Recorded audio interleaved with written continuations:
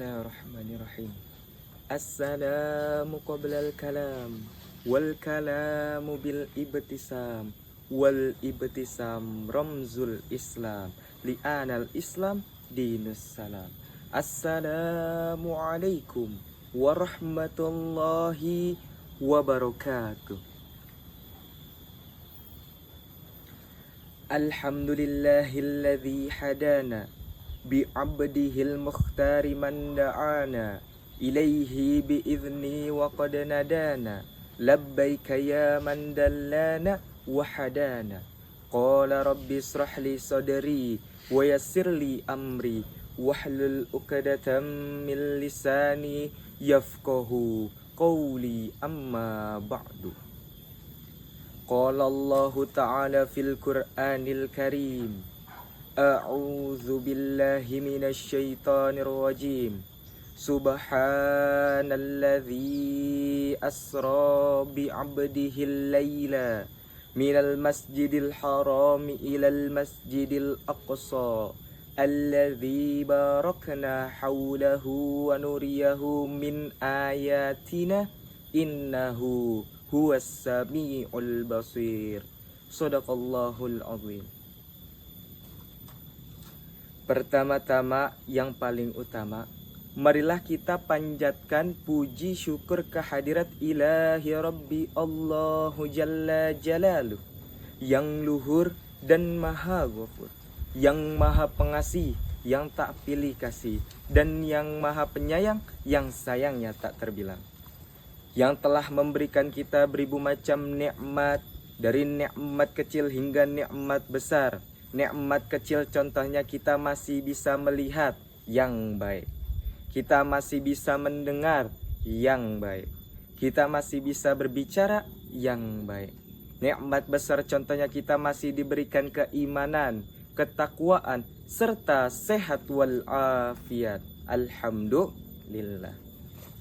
Salawat bertangkaikan salam, berbungakan cinta, berakarkan kasih sayang, semoga Allah curah limpahkan kepada keharibaan alam, pemimpin umat terbesar yang diberi mukjizat yang sangat besar oleh Zat yang maha besar dengan kekuatan dan kekuasaan yang sangat besar.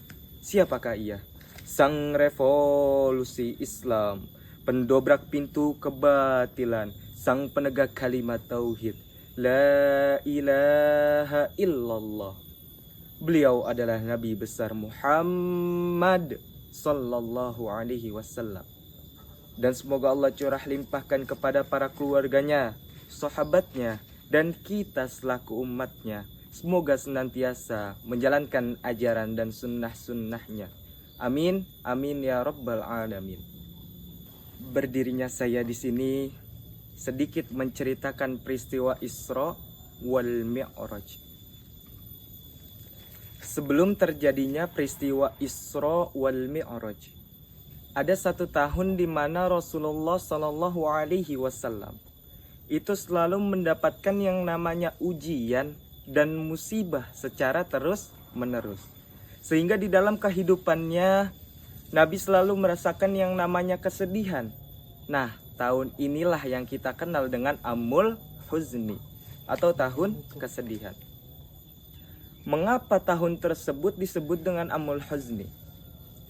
Karena pada saat itu, pada tahun ini Rasulullah Shallallahu Alaihi Wasallam itu ditinggalkan oleh dua orang kekasihnya, dua orang tercintanya, dua orang yang sangat berharga di dalam hidupnya. Siapa? Yang pertama, istrinya Sayyidatina Khadijatul Kubra binti Khuwailid, sosok yang selalu menjadi pendukung, pelindung, penyemangat di dalam dakwahnya Nabi.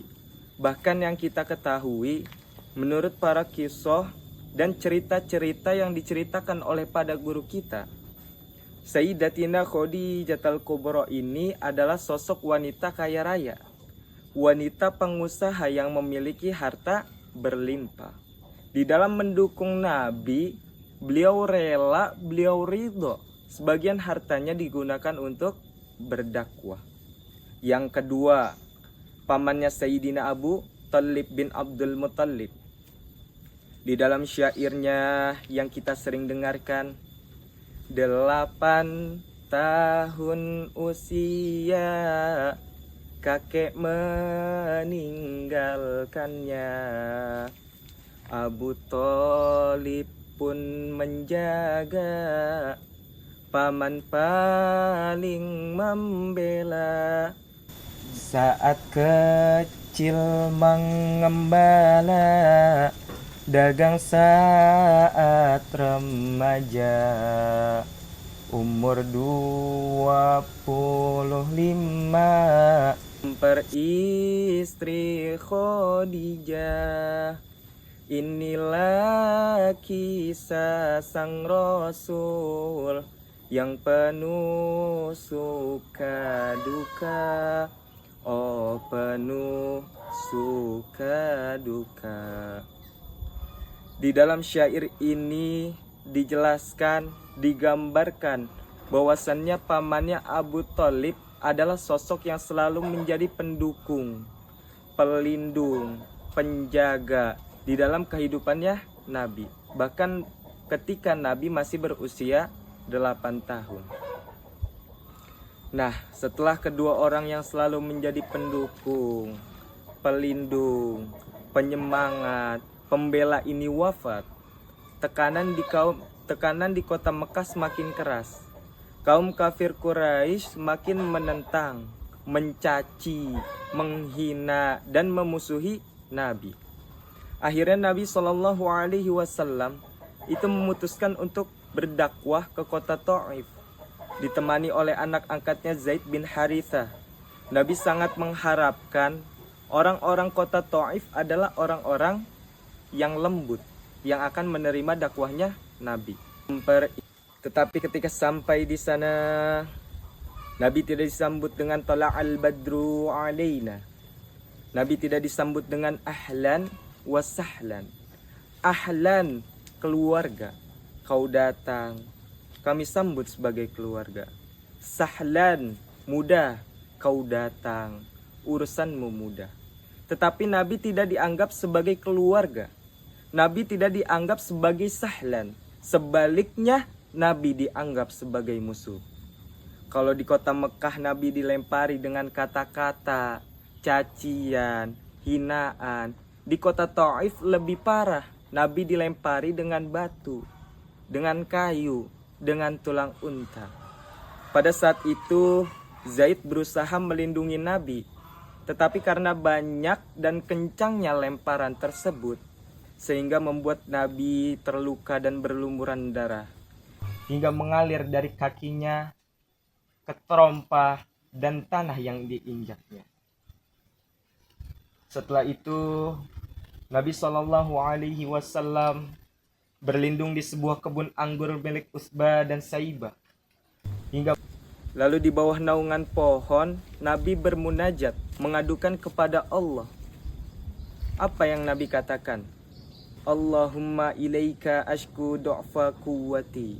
Ya Allah, hanya kepadamu aku mengadukan lemahnya diriku. Wa qillati hillati, dan ketidakberdayaanku. Wa hawani 'alan nas, dan hinanya aku di hadapan manusia. Kalau dulu aku ada tempat untuk berlindung, ada tempat untuk bersandar, tapi hari ini hanya kepadamu ya Allah. Lalu datang 2 malaikat berkata, khudh yadaika ilas sama. Dan ya Rasul, angkat kedua tanganmu, mintakan kepada Allah supaya kami mengangkat kedua gunung, lalu kami himpit orang-orang yang menyakitimu, hancur semua. Biasanya hati yang terluka akan marah, akan kecewa, tapi itu tidak terjadi pada Nabi Muhammad Sallallahu Alaihi Wasallam. Apa yang Nabi katakan? Asallaha ayyukhrij min aslabihim may ya'budallaha wa la yusyrik bihi syai'a. Ya Allah, keluarkan dari tulang sulbi mereka dan jadikan anak cucu mereka adalah orang-orang yang akan menyembah Engkau, dan tidak ada yang menyekutukan Engkau di atas bumi ini. Doa orang yang terzolimi dikabulkan. 100% penduduk kota Thaif hari ini adalah orang-orang yang beragama Islam. Sallu ala Muhammad. Ya Rasul, angkat kedua tanganmu. Musibah yang dihadapi Rasul, Allah ingin menghibur dan memuliakan kekasihnya dengan peristiwa Isra wal Mi'raj. Sedikit menukil di dalam kitab Nazm Aqidatul Awam karangan Syekh Ahmad Idris Al-Marzuki, di dalam nazmnya berbunyi, wa qabla hijratin nabil isra mimma katil lailan likutsin yudra wa ba'da isra'in nurujulis sama hatta ra'an nabiyyu rabbakallama. Wa qabla hijratin nabil isra, dan sebelum hijrahnya Nabi, yaitu terjadinya peristiwa Isra. Dijelaskan, jadi peristiwa Isra wal Mi'raj itu terjadi 1 tahun sebelum Nabi berhijrah. Dari mana? Yaitu dari kota Mekah ke kota Madinah. Di dalam riwayat Bukhari dan riwayat Muslim dijelaskan pada saat itu Nabi SAW sedang berada di dekat Ka'bah pada malam hari, tepatnya pada malam 27 Rajab. Lalu datang malaikat Jibril untuk membelah dada Nabi dan membersihkannya dengan air Zam-Zam yang dipenuhi hikmah dan iman. Lalu setelah itu malaikat Jibril datang membawa hewan tunggangan berwarna putih yang bernama buruk.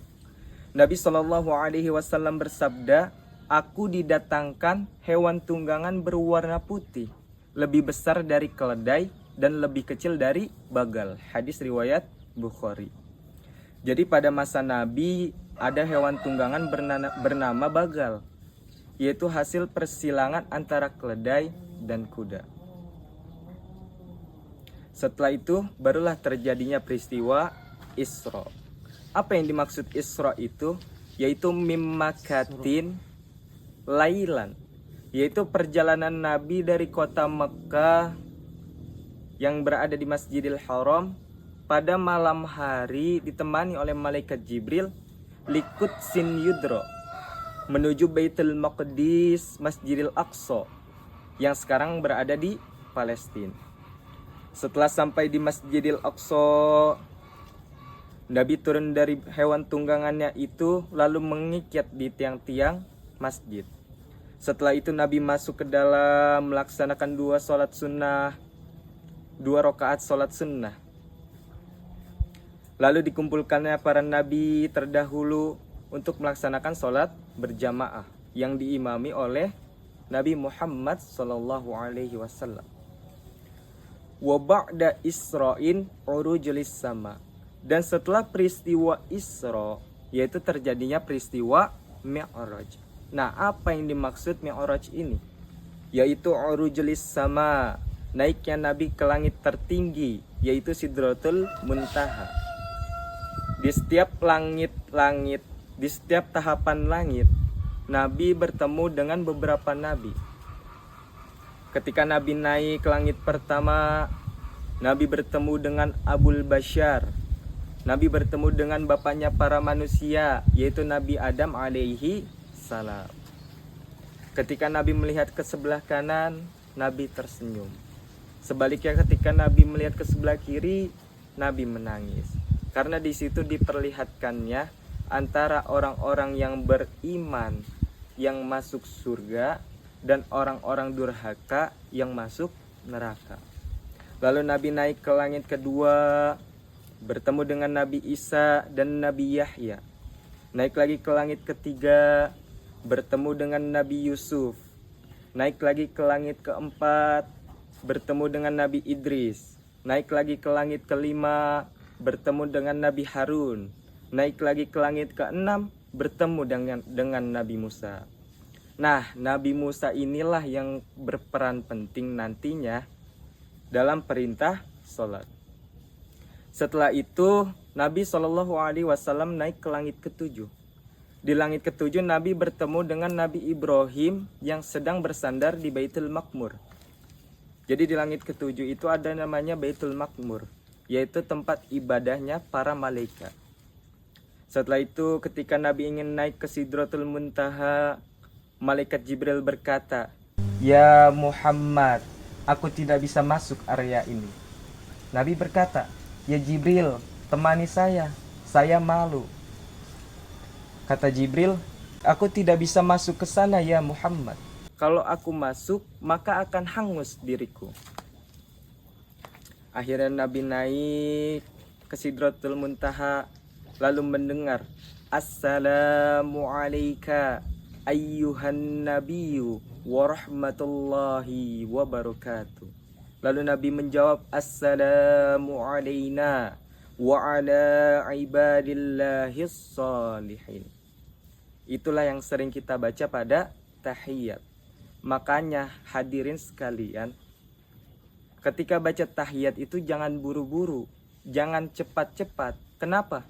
Karena disitulah terjadi percakapan antara Rob dan hambanya. Hatta Rabbaka lama, sehingga Nabi melihat seraya Tuhannya berfirman. Singkat cerita, Nabi SAW diberikan hadiah yang belum pernah diberikan kepada nabi-nabi terdahulu, yaitu sholat 50 waktu. Nah setelah itu Nabi turun ke langit ke-7, masih aman, masih belum ada apa-apa. Lalu turun lagi ke langit ke-6, bertemu dengan Nabi Musa. Berkatalah Nabi Musa, "Ya Muhammad, apa yang diwajibkan untukmu dan umatmu?"